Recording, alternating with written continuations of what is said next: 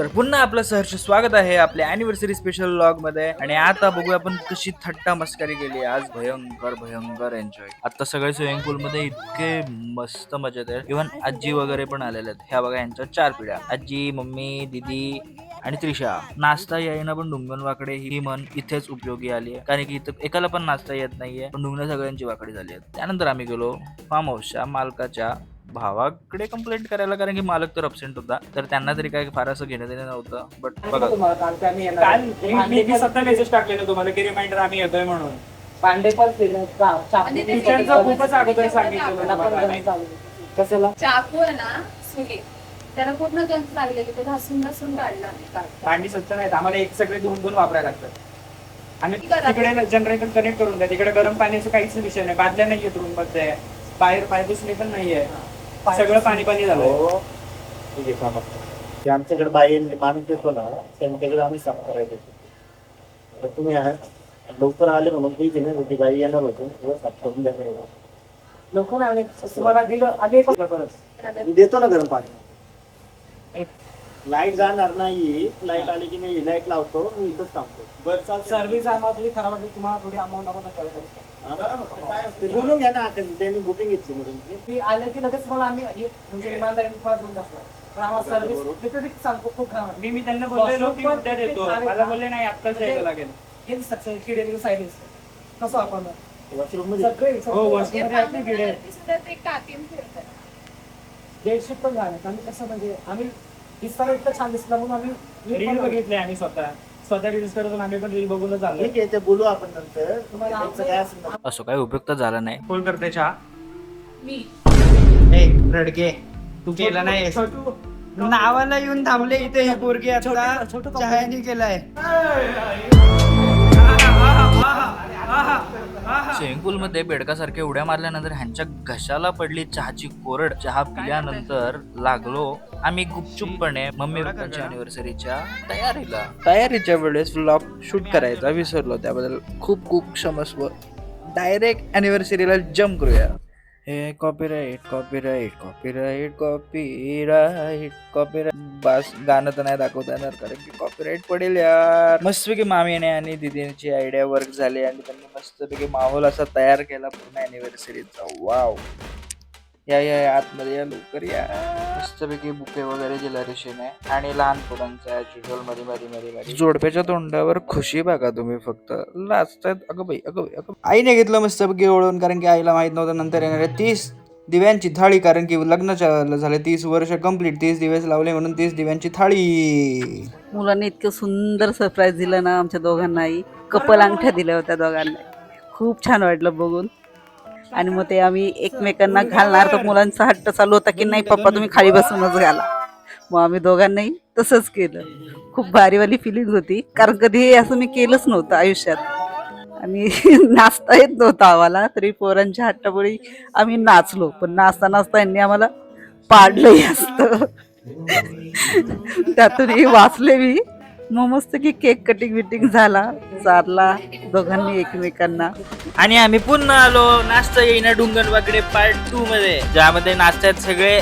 कोणी अंगात आल्यागत, कोणी झपाटल्यागत, तर कोणी पछाडल्यागत. तर एकाला पण येत नाहीये, पण नुसत्या उड्या मारायच्या. आणि आतमध्ये बघावं तर काय रे देवा, हे दोघं बिचारी आपले काम करतात, तिथेही नाचण्याचा प्रयत्न कायच करायचा. मामी नाचून दाखव. मामी एक डान्स स्टेप. मामी एक डान्स स्टेप. मामी लाजली. तू नाच आपला. हा, तू जादू कर फक्त. आम्ही जातो परत बाहेर, तुम्ही पण या 2 मिनिटात. मग आपण मस्तपैकी एकत्र मिळून नाचू. जेव्हा आचार्यांची दोघांची कामं उरकून जेव्हा बाहेर आले, तेव्हा मस्तपैकी सगळे पुन्हा एकदा नाचले. आणि जेव्हा मला वाटलं की झालाय विषय सगळा, आता नाचून सगळ्यांचा मन भरलाय, सगळे थकून रिटर्न गेलेत, तेव्हा बाहेर जाऊन परत नाचायला लावलं. अरे कंटाळले कसे नाही यार तुम्ही. अशा प्रकारे साधारणपणे जेवढी मंडळी जागी राहिली तेवढीच बसली आहे फक्त इथे. आरुषी, हर्षा, आराध्य, हा कोण आहे, पप्पा, मम्मी आणि दोघं. बाकी सगळे झोपले मस्त पैकी. वाजलेत किती वाजलेत अरे बघू का, 11-13 झालेत.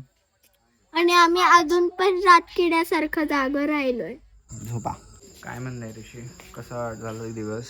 हे काय घेऊन चाललंय असं असं एक्स्ट्रा अंथरुण ठीक आहे. ऋषी बसणार आहे ते आता थोडा वेळ. मला बसा असं वाटतंय पण झोप पण येते थोडीफार. रूमवरती सेटअप केलाच नाही तर लगेच ह्यांच्या गाद्यांच्या खाली झुरळं वगैरे निघायला लागली. रूममध्ये इतकी प्रचंड कीटके होती, झुरळं होती. मी त्यांना कंप्लेंट केली. त्यानंतर मला बोललोय की मी स्प्रे आणून देतो आणि गायब झाले. ते आलेच नाहीत परत. मी कॉल करतोय कॉल पण उचलत नाहीत. सगळीकडे बघू तिथे आपले किडे नुसते.